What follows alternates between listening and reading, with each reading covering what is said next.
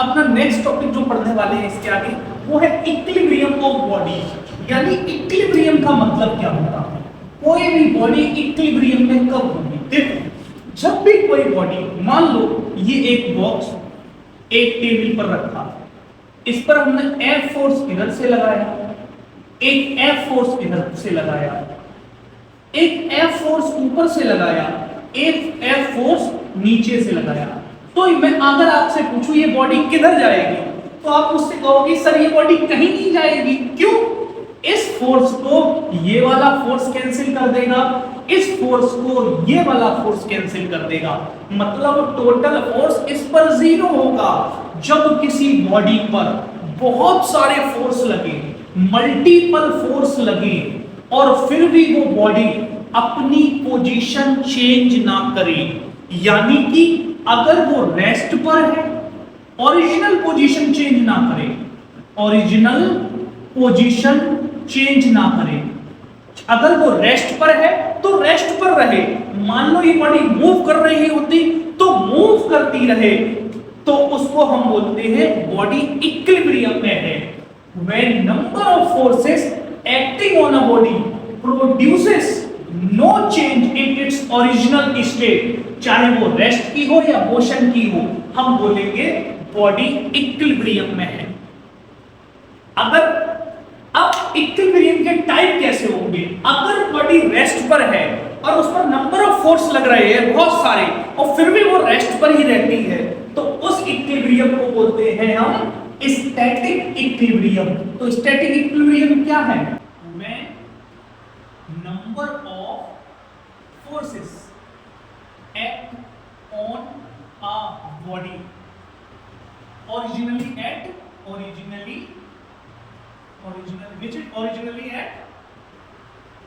rest, यानी body originally कैसा था, रेस्ट पर थी। When number of forces act on a body which is originally at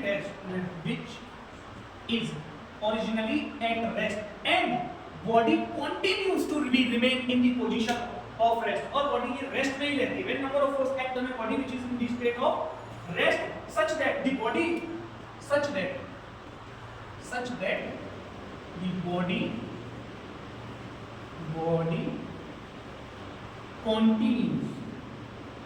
continues to be in the state of rest. अगर मान लो कोई बॉडी ओरिजिनली रेस्ट पर थी, उसके बाद हमने उस पर बहुत सारे फोर्स लगाए और उन फोर्सेस के बाद भी बॉडी स्टेट रेस्ट पर ही रही, तो हम बोलेंगे कि बॉडी स्टैटिक इक्विलिब्रियम में है, रुकी हुई इक्विलिब्रियम में है।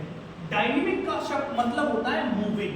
मान लो कोई बॉडी 5 मीटर पर सेकेंड की रफ्तार से ये बस चल रही है, 10 किलोमीटर पर आवर से ये बस चल रही है, इस पर हमने बहुत सारे फोर्स लगाए, एफ इधर से इधर से इधर से इधर से, लेकिन ना इस बस की रफ्तार कम हुई ना इस बस की रफ्तार ज्यादा हुई, पर ये बस चल तो रही है ना, तो हम इसको बोलेंगे कि बॉडी डायनेमिक इक्विलिब्रियम में है। तो डायनेमिक इक्विलिब्रियम कब होता है?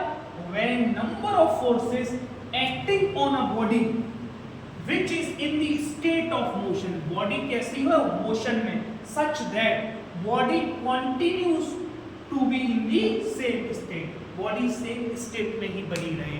तो इक्विलिब्रियम ऑफ बॉडीज कितने टाइप के होते हैं? अगर बॉडी ओरिजिनली रेस्ट पर है और फोर्सेस लगने के बाद भी वो रेस्ट पर रहती है तो वो स्टैटिक इक्विलिब्रियम में है। पर अगर बॉडी चल रही है और उस पर बहुत सारे फोर्सेस लग रहे हैं, उसके बाद भी बॉडी चलती रहती है, तो हम बोलेंगे वो बॉडी डायनेमिक इक्विलिब्रियम में है। बट इक्विलिब्रियम की कंडीशन क्या है? इक्विलिब्रियम की कंडीशन है कि उसकी ओरिजिनल स्टेट चेंज नहीं होनी चाहिए। अगर वो रेस्ट पर है तो रेस्ट पर रहे, मोशन में है तो मोशन में रहे। रेस्ट पर है तो कौन सा इक्विलिब्रियम? स्टैटिक, और मूव कर रही है तो कौन सा इक्विलिब्रियम? Dynamic equilibrium. अब हम पढ़ेंगे कंडीशन फॉर इक्विलिब्रियम।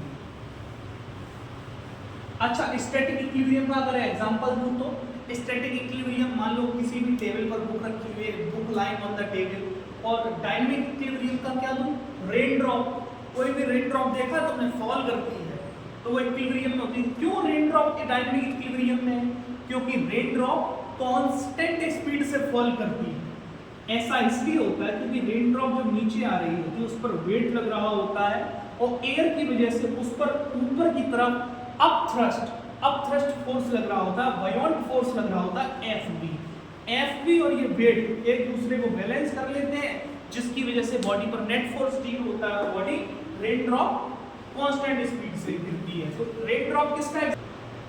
तो अभी हमने इक्विलिब्रियम के बारे में पढ़ा, अब हम पढ़ेंगे कंडीशन फॉर इक्विलिब्रियम, मतलब क्या क्या कंडीशन होगी कि कोई भी बॉडी इक्विलिब्रियम में होगी। तो देखो पहली कंडीशन होगी कि किसी भी बॉडी पर, कोई भी बॉडी इक्विलिब्रियम में होगी अगर उस पर लगने वाले फोर्सेस का सम, मान लो एक फोर्स ये लगा, इधर से F1 लगा, ये बॉडी टेबल पे रखी हुई है, हाँ, तो इसका ऊपर इस टेबल ने क्या लगा, इस नीचे लगा होगा वेट, और इस टेबल ने इस पर क्या लगाया होगा, ऊपर की तरफ नॉर्मल रिएक्शन, और इधर से F1 लगा, इधर से भी मान लो F1 मैग्नीट्यूड का लगा फोर्स, तो मान लो दोनों तरफ से हमने F फोर्स लगाए पर इनकी डायरेक्शन अपोजिट है। अगर हमारी कंडीशन ऑफ इक्विलिब्रियम क्या कहती है? Resultant of all the forces acting on the body should be zero. अगर हम इन सारे फोर्सेस को जोड़ दें और उसका रिजल्टेंट जीरो आ जाए तो हम बोलेंगे कि पहली कंडीशन हमारी सेटिस्फाई हो गई इक्विलिब्रियम की। देखो F ये वाला फोर्स F प्लस इसके अपोजिट F, तो हम कह सकते हैं इस फोर्स की डायरेक्शन अपोजिट है, तो अगर ये F है तो ये क्या होगा? Minus F। दूसरा प्लस, तीसरा फोर्स कौन सा है? वेट। अगर वेट नीचे की तरफ लग रहा है तो नॉर्मल रिएक्शन ऊपर की तरफ लग रहा है, तो अगर वेट को W दिया है तो नॉर्मल रिएक्शन भी तो वेट के बराबर होगा, बस डिफरेंस इतना होगा कि इनकी डायरेक्शन अपोजिट है, तो हम नॉर्मल रिएक्शन को लिख सकते हैं कि माइनस W। तो देखो W से W कट गया, F से F कट गया, जीरो, यानी कि summation of all the forces, ये साइन होता है समेशन का, summation of all the forces या resultant of all the forces acting on a body should be zero. तो हम कहेंगे हमारे इक्विलिब्रियम की पहली कंडीशन सेटिस्फाइड हो गई, तो ये बॉडी ना आगे जाएगी ना पीछे जाएगी, ठीक है। दूसरी कंडीशन हमारे इक्विलिब्रियम की क्या होगी? सर नेट फोर्स जीरो हो, और सर अगर नेट फोर्स है जीरो तो नेट ना आगे जाएगी ना पीछे जाएगी, और बेटा ना आगे जाएगी ना पीछे जाएगी। दूसरी कंडीशन है कि बॉडी पर net torque summation of all the torque acting on a body should be zero. मान लो एक ये तुम्हारे पास रूलर रखी हुई है, ठीक है, इस रूलर का ये पॉइंट है, एक पॉइंट हुई, एक फोर्स इधर लग रहा है A पर, तो इस, और एक फोर्स लग रहा है B पर, एक फोर्स इधर लग रहा है, ये बीच में पाइवटेड है, तो इस पॉइंट पर टॉर्क कितना आएगा? Torque about A equal to torque about B। तो अगर ये बॉडी इस फोर्स की वजह से ये नीचे घूमना चाहेगी, इस फोर्स की वजह से ये नीचे आना चाहेगी, इस फोर्स की वजह से ये नीचे आना चाहेगी, तो देखो ये वाला फोर्स इस रूलर को इधर खींच रहा है टॉर्क लगा के, ये वाला इधर, तो हमारा बॉडी ये घूमे ना, तो हम कहेंगे ये टॉर्क और ये टॉर्क बराबर हो, यानी TA is equal to TB हो, या फिर TA प्लस TB जीरो, यानी कि हमारा नेट टॉर्क जीरो हो। इसकी वजह से टॉर्क क्या आया? सर इसकी वजह से क्लॉकवाइज आएगा, क्लॉकवाइज कैसा लेते हैं? नेगेटिव, और इसकी वजह से टॉर्क कैसा आएगा? सर एंटी क्लॉकवाइज आएगा, ऐसा घुमा रही है, तो इसका टॉर्क हम लेंगे पॉजिटिव। अब देखो साइन रख के देखो, TA plus TB is equal to zero, यानी नेट टॉर्क जीरो होना चाहिए। TA पॉजिटिव, TB कैसा है? Negative, minus TB is equal to zero, तो यहां से भी TA is equal to TB आ गया,